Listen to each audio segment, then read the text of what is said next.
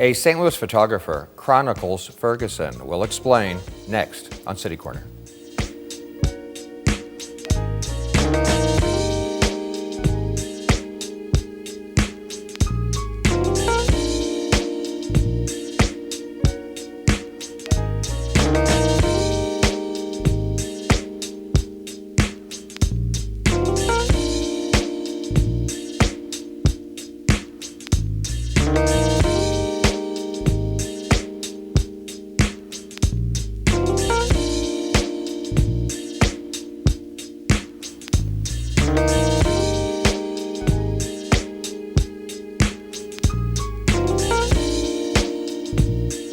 I'm Steve Potter and welcome to City Corner. A local photographer has an exhibit up at the Dark Room in the Grand Center Arts District that chronicles the aftermath of what happened in Ferguson just about a year ago with the shooting death of Michael Brown. Please welcome photographer Santiago Bianco, and from the Dark Room, Jason Gray. Welcome to you both. Thank you. Maybe I should correct myself, Jason. I'm not sure if you're really affiliated with the Dark Room, but you are curating the show. Maybe you should explain. Right, yeah. So the relationship, my relationship to the Dark Room is as an independent curator. My previous position was with the International Photography Hall of Fame, which has a curatorial sponsorship of the Dark Room. So it's sort of a special arrangement for the museum to offer curation to the independent gallery in combination with the Kranzberg Arts Center, and I kind of provide insight in that capacity. And Santiago, you are a photographer. Yes. Although the type of photography that we're going to see at the Dark Room that you did in the aftermath of Ferguson, I don't think is the type of photography that you've done in the past. Exactly. No, not typically. Yeah. You know, I'm still actually a photography student, and I've done a variety of things. I've done a lot of product photography. You mean for ads or things like that? Yes, for f-stop. Commercial photography of their backpacks, their products. So, Joel, how did this show come about, this exhibition of Santiago's photographs? How did that happen? Well, in my previous role with the International Photography Hall of Fame, I was curating an exhibit on Ferguson, and that led me to the project that Santiago was working on for a publication that he saw coming up. And through the course of curating that exhibit, which never actually materialized, we developed a relationship around Chronicle Ferguson. Santiago, you're not from Ferguson. I think you grew up in South St. Louis, maybe still live there? Yes. Right.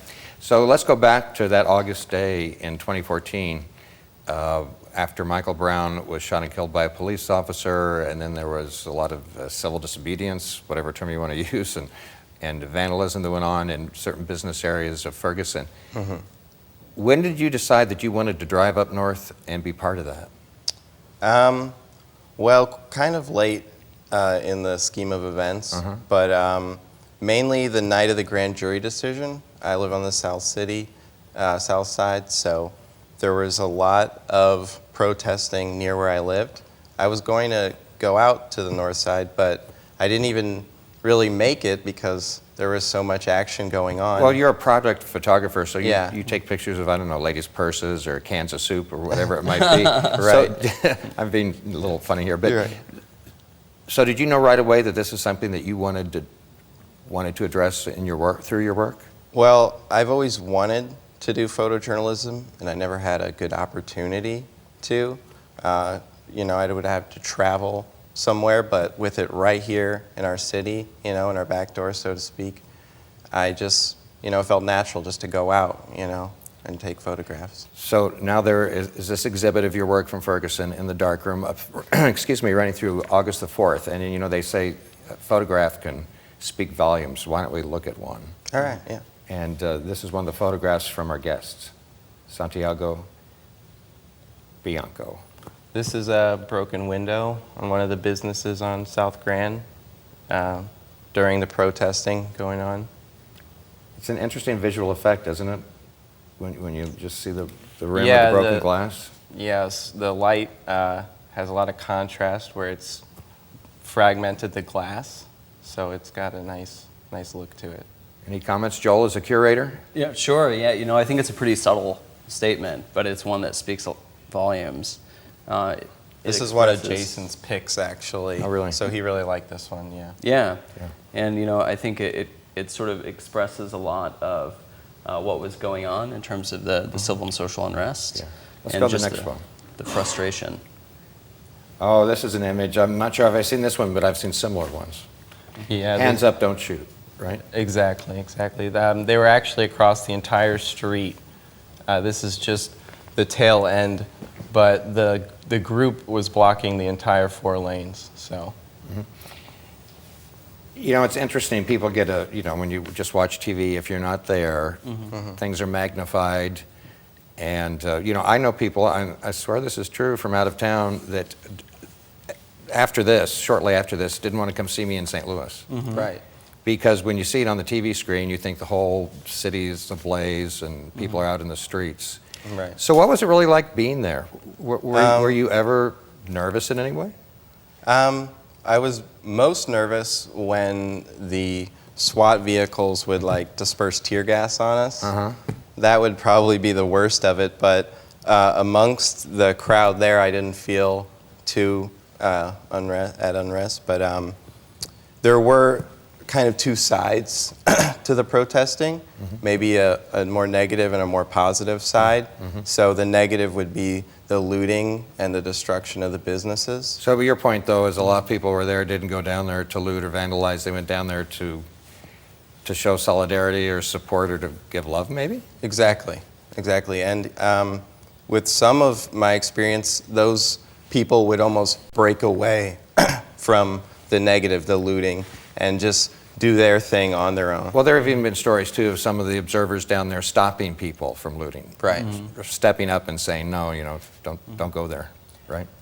And I think that's what's so interesting about the photographic aspect is that, what's very different about this generation's civil unrest versus the previous is that there are many more cameras, there are many more devices capturing. Lots of cell phones. Exactly, yeah.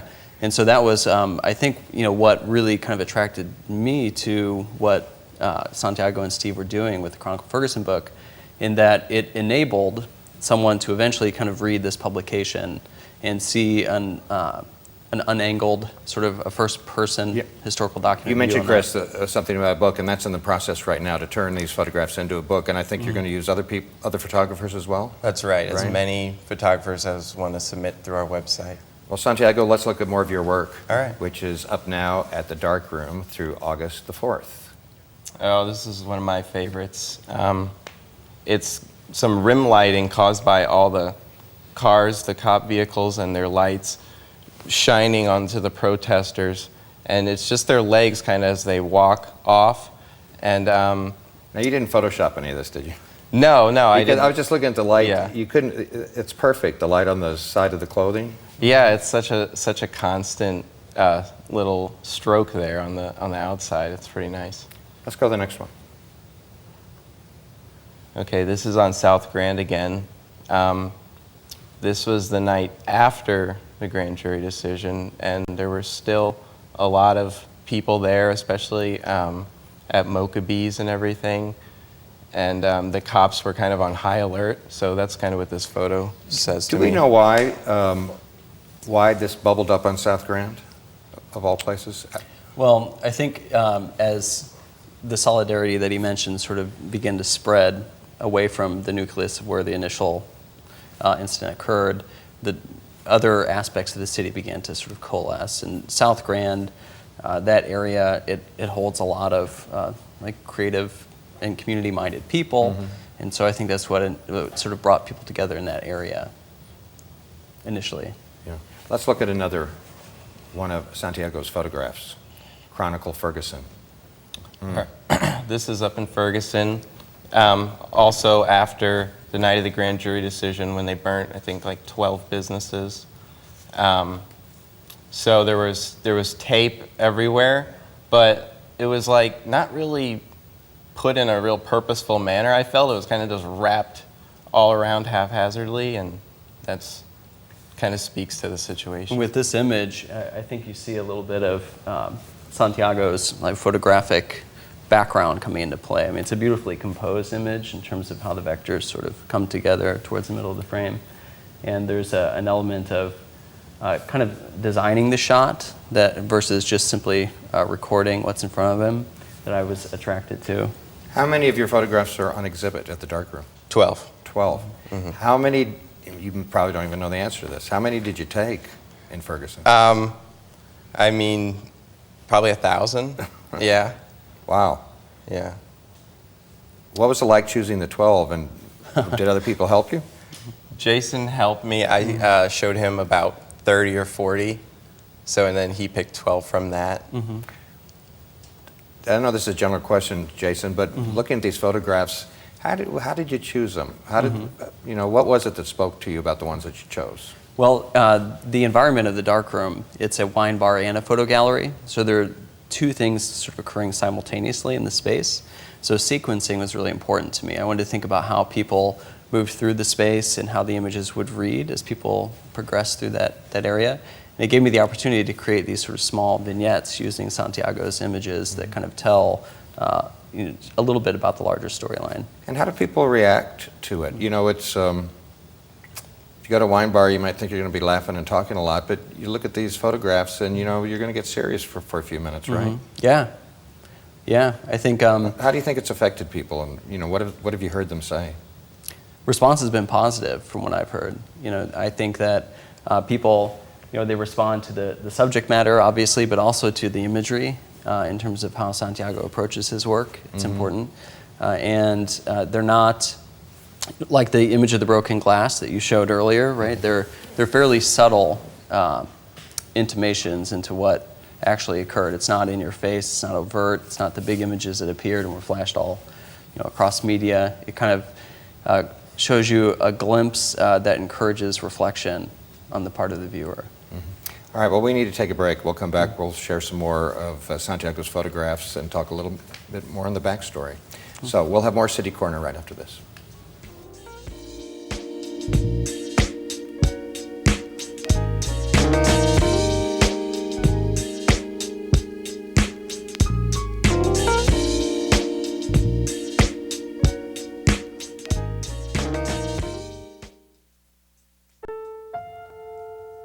The odds of this daughter of a clergyman spending 11 weeks at #1 on the U.S. singles charts?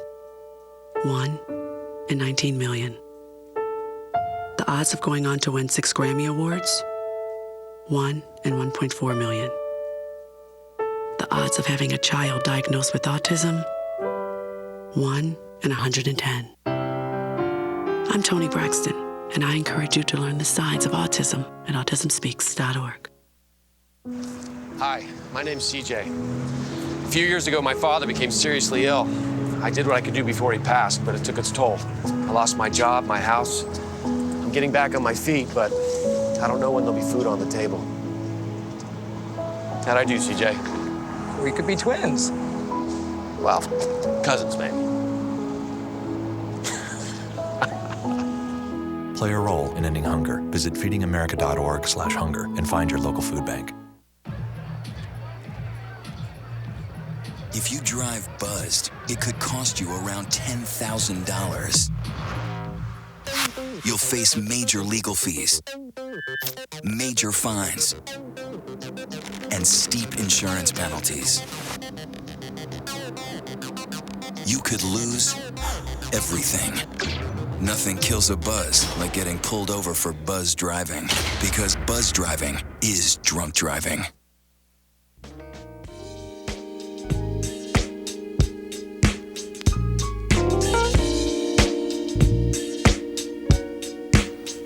I'm Steve Potter, and welcome back to City Corner. We're talking about Chronicle Ferguson, which is an exhibition of photography, I'll spit that out, by our guest Santiago Bianco is here, and also Jason Gray is curating that exhibition. And so tell me, Santiago, when you went to Ferguson, I'm guessing you went more than once. Right. About 5 to 10 times, maybe. 5 to 10 times? Yeah. Yeah. Did you know at any time what you were looking for? Probably not, right? No, I just figured I'd stay where the people are, and then also I went when there was no more action, so to speak, and just a lot of the artwork and kind of the community building aspect. So that's different entirely to photograph. Right. Well, as I said, this exhibition is up until August the 4th in the dark room, and then there's going to be a book, and you're going to use other photographers too. Mm-hmm. Yeah, that's right. And in fact, that's how I've become involved in the project. After curating the exhibit for Santiago, I was asked by Santiago and his partner in the publication to come on board and help curate the image content for the book. So we'll be drawing on my previous experiences curating the exhibit that did not occur in terms of attracting photographers to the project and getting the word out. All right, let's take a look at another image, and these are the photographs of Santiago Bianco, and they, along with some other shots, are up now at the dark room. This has become really an iconic scene, not just my photo, but I've seen many photos of this. This is the Prime Beauty shop in Ferguson, or Delwood. I mean, that's almost priceless. There you have beauty in capital letters surrounded by something that has no beauty. Mm-hmm. Exactly, yeah. And it's still pristine for the most part. That sign's deteriorated in Right, a lot that's of the amazing. photographs. Yeah. Let's look at the next one. This is the prayer ribbons that a lot of people have come to recognize in Ferguson along Florissant. And I don't know, I just keyed in on that one ribbon. I felt it was a good one. Kind of speak to all of the ribbons. Let's go to the next one. This is on South Grand. This is Rooster. So we can have a sense of humor, right? Right. Right. There's a couple little messages written in the graffiti there. Those are all the different boards put up over the window, and people put their various artwork on them, and I just like the kind of pattern it created. Santiago, you must have had a lot of conversations with people out on the street, didn't you? I did. Either other photographers or people that were there just to be there or show their support. What was that like, talking to people? It was nice and reassuring. They had a lot of good things to say. I found that people kind of had the similar views and opinions as I did. So we're really not as different as we might think. Mm-hmm. Did you meet photographers from all over, maybe all over the country? Even for a while, a lot of people from out of town were coming, weren't they? They were. I didn't meet so many out-of-towners, but I met a lot of local guys through this type of photography that I don't think I would have met otherwise. Let's take a look at some more of your work. These are shots from Ferguson after the Michael Brown shooting and after the civil unrest there. Yeah, this is down by the river on the flood wall, the legal graffiti wall. Top to bottom mural here. That's something, isn't it? Yeah, it's crazy. I've heard it's not there anymore, which is a shame. But when I was there, it was the obvious thing to photograph. I think that was the only thing I photographed when I was down there at the flood wall. Mm-hmm. Is that the only thing that relates to Ferguson? No, there were, I'm sure, many at one time. There are still different ones there. Let's look at the next one. And Jason, how big are these images when we go to the darkroom to see these? Are these large? Yeah, they're 12 by 18. So they're pretty large images. Now this looks familiar to me because I went down about a month or two after all the events there, and I saw the makeshift memorial to Michael Brown. That's what we're looking at, isn't it? On Caulfield Drive, is it? Canfield. Canfield Drive, yep. Excuse me. So that had to be an interesting place just to hang out and watch people come and go. Yeah, it's interesting how much traffic was there even months and months after.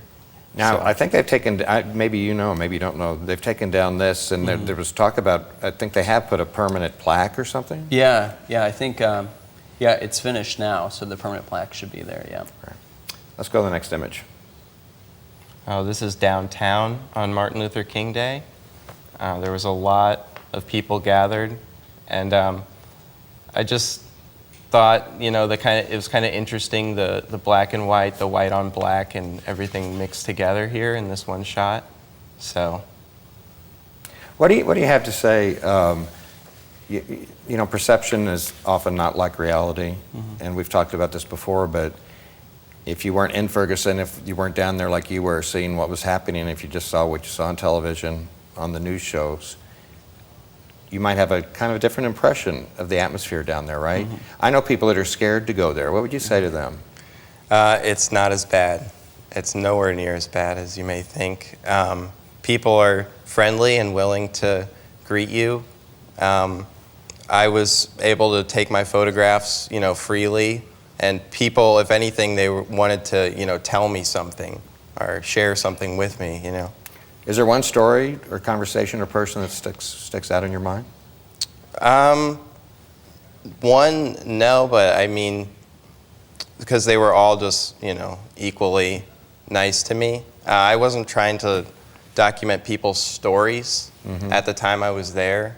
I mean, there's so much there for a photographer, so I know others are kind of doing people's stories. Yeah, I know you weren't trying to document people's stories, but still, Joel, I mean, his photographs tell a story. It's true, yeah.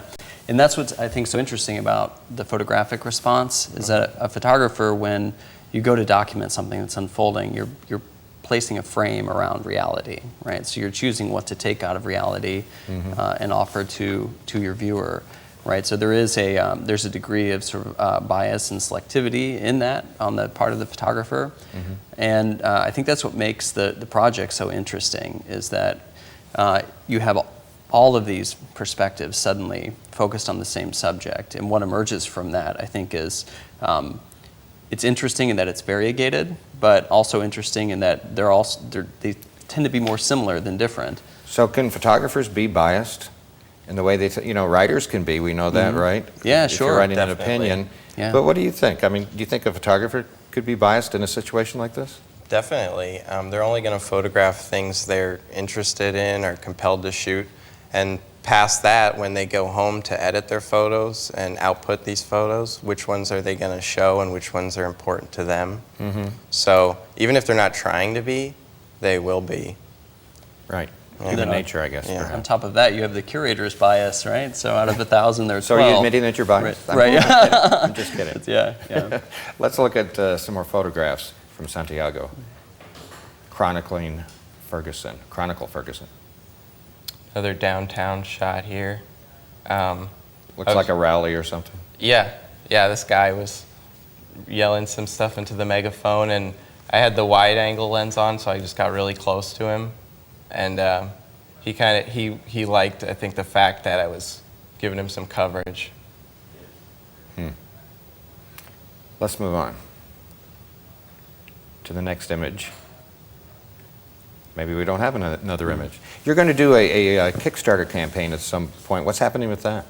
It's going to start in August. You can go to our website, sign up for our newsletter if you want to. Which website is that? ChronicleFerguson.com.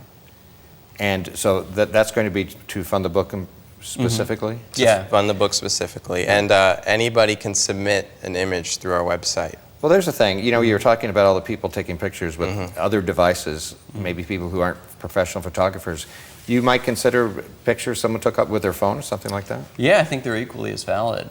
So, I mean, the purpose behind the book, it's a nonprofit venture, so this isn't some idea that we're going to get rich from. The idea is that once the book is published, a copy of the book will be provided to all area schools and libraries so that the people of St. Louis have a first-person historical photographic document to look back on these events. Well, have you started collecting photographs from other photographers yet? Yeah, we've started to compile some. So some of the photographers that were involved in the exhibition have begun to show their support for the project. I know Santiago has lined up photographers already as well. So, yeah. Talk about some of, I don't know, is there any photography you want to mention, or maybe just generally and about their work?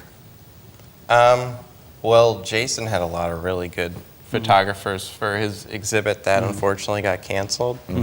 So, Yeah. Well, I can give you a sort of an allegory, right? It's sort of something that occurred that I thought was really interesting. And I think when I started curating the exhibit initially, I met with a lot of people in media, and there has to be a degree of sort of non-objectiveness, right, to those images that they publish. And with the exhibit, obviously, that's not necessarily having to be true, right? Although that was more the angle that I was looking to achieve. And in reviewing artists' work, I came across one photographer who is going to be in the book, and he shot a video in Ferguson. And I thought it was really interesting because when I initially viewed the video with him, it took on an entirely different meaning than later after seeing events unfold. And it just goes to show that that images have many lives, right? So they continue to change and evolve over time. And I think that, you know, the greater distance we get from the project, right? The more kind of objectivity, I guess, the viewer has in terms of how they view it. So what do you see for the book? Is it just going to be photographs? Is there going to be any text or? There'll be small reliefs in between the photographs. We'll have chronology, so we'll have date and location, but other than that, it's just photographs. And how far along are you in this process? We're pretty far along. We have the book designed. We're going to have a prototype for the Kickstarter campaign. We could make the book at this point, but we want more photographs still because that will just make it a richer book. So the Kickstarter campaign will begin shortly? In August, yes. Right. So what's involved in choosing, if Santiago here took 1,000 photographs, now you're dealing with dozens and dozens of more people, how are you going to choose? Well, with a book like the exhibition, right, but even more so in book form, you have to think about sequencing because people are inevitably going to read the book from beginning to end. So you have to think about how each image sort of informs and relates to the one previous and next to it. We just have a few seconds left, but I want to ask you, Santiago, as an outside observer, you went there to photograph what happened in Ferguson and the aftermath. And even though you were there as a professional journalist, I'm sure what you saw and experienced affected you as a human being. Definitely. I feel there's more community, you know, than we might feel sometimes, and an event like this can really bring it out. So, yeah, people are there for you when you might not expect them to be. All right. Well, it's Chronicle Ferguson. It's up at the Dark Room until August the 4th, and the Dark Room is in the Grand Center. And that's just north of the Fox on the same side of the street. Yeah, that's right. Yep. Right? And is that a good, I have to admit I have not been there yet, so is that a great venue to show your work? I think it's there's a lot of good live music too, so. Right, people maybe want to go to their website. I think they have rotating music nights, certain kinds of music on certain nights, and I don't know the details, but. Yeah, and you know, there aren't a lot of photography galleries in St. Louis, so it's a good opportunity for the city to have a place to go and see photographs. All right, well, we hope people will come by the Dark Room between now and August the 4th and take a look at your work. Santiago Bianco, thank you so much for being here. And Jason Gray, thank you. Thank you. Fascinating and beautiful work, too. Thank you. I'm Steve Potter. That's all for this edition of City Corner. Thanks for watching. Come back and see us next time.